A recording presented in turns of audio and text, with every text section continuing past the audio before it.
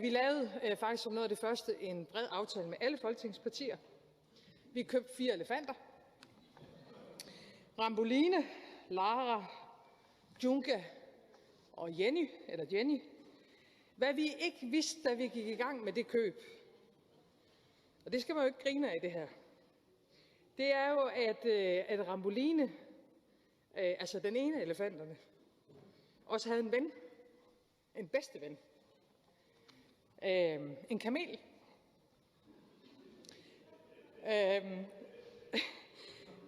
Kamelen hedder selvfølgelig Ali, og vi blev bibragt den vigtige oplysning, at det ville være forkert at adskille Ramboline og Ali.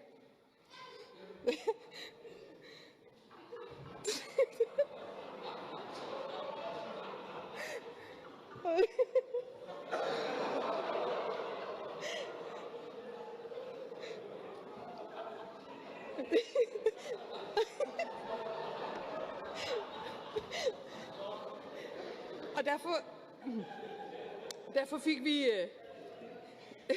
derfor fik vi faktisk Ali med. Ramboline